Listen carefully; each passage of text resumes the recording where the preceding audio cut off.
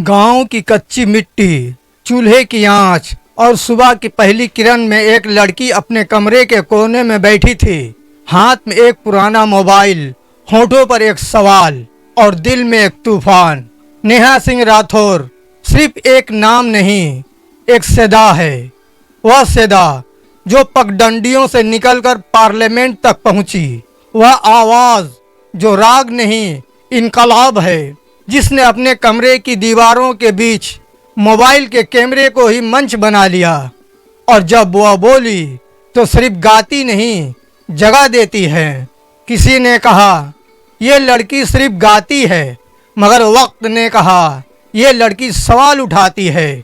जिस जमीन पर सदियों से सन्नाटा छाया हुआ था, वहां नेहा सिंह राठौर की आवाज पहली बार गूंजी। यूपी में काबा, बिहार में काबा, और फिर लोग जाग उठे। ये कहानी है एक बेटी की जो अपने गांव की गली से निकली और पूरे हिंदुस्तान की ज़मीर को झंझोड़ गई। ये सिर्फ गानों की कहानी नहीं, ये एक जुर्रातमंद आवाज की दास्तान है। यह है नेहा सिंह राठौर की कहानी। जब आवाज हक के लिए बुलंद होती है तो वह सिर्फ गाना नहीं रहती, बल्कि इनकलाब बन जाती है। नेहा सिंह राठौर 1997 ईस्वी में बिहार के जिला कैमूर के गांव चंदहा में पैदा हुई। उनके वालिद रमेश सिंह एक मेमार हैं, जबकि वालिदा चंपा देवी घरेलू खातून और गुलकारा हैं।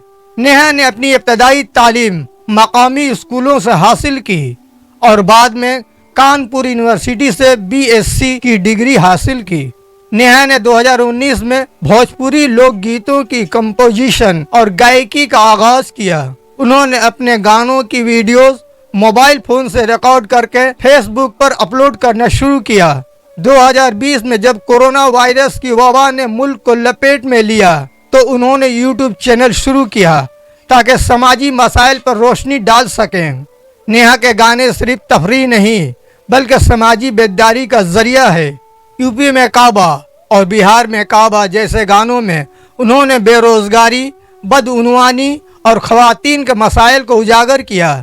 नेहा की बेबाक गायकी ने उन्हें कई कानूनी चैलेंज का सामना कराया। 2023 में यूपी में काबा के दूसरे हिस्से पर उन्हें कानपुर पुलिस की जानिब से नोटिस मौसूल हुई। इसी तरह MP में काबा गाने पर भी उनके खिलाफ FIR दर्ज की गई। नेहा ने हमेशा उन चैलेंज का डट कर मुकाबला किया और कहा मैं गाती रहूंगी। नेहा की मेहनत और लगन को सराहते हुए उन्हें 2021 में YouTube सिल्वर प्लेट बटन से नवाजा गया। 2022 में उन्हें अयोध्या मती रत्न अवार्ड भी मिला। उनके YouTube चैनल पर लाखों सब्सक्राइबर्स हैं और वह सोशल मीडिया पर भी खासी मकबूल हैं। नेहा ने 21 जून 2022 को हिमांशु सिंह से शादी की, जो एक मुसन्निफ हैं। उनकी शादी की तस्वीर सोशल मीडिया पर वायरल हुई और उनके मदाहों ने उन्हें नई जिंदगी की शुरुआत पर मुबारकबाद दी। नेहा सिंह राठौर ने भोजपुरी मौसीकी को एक नया रुख दिया।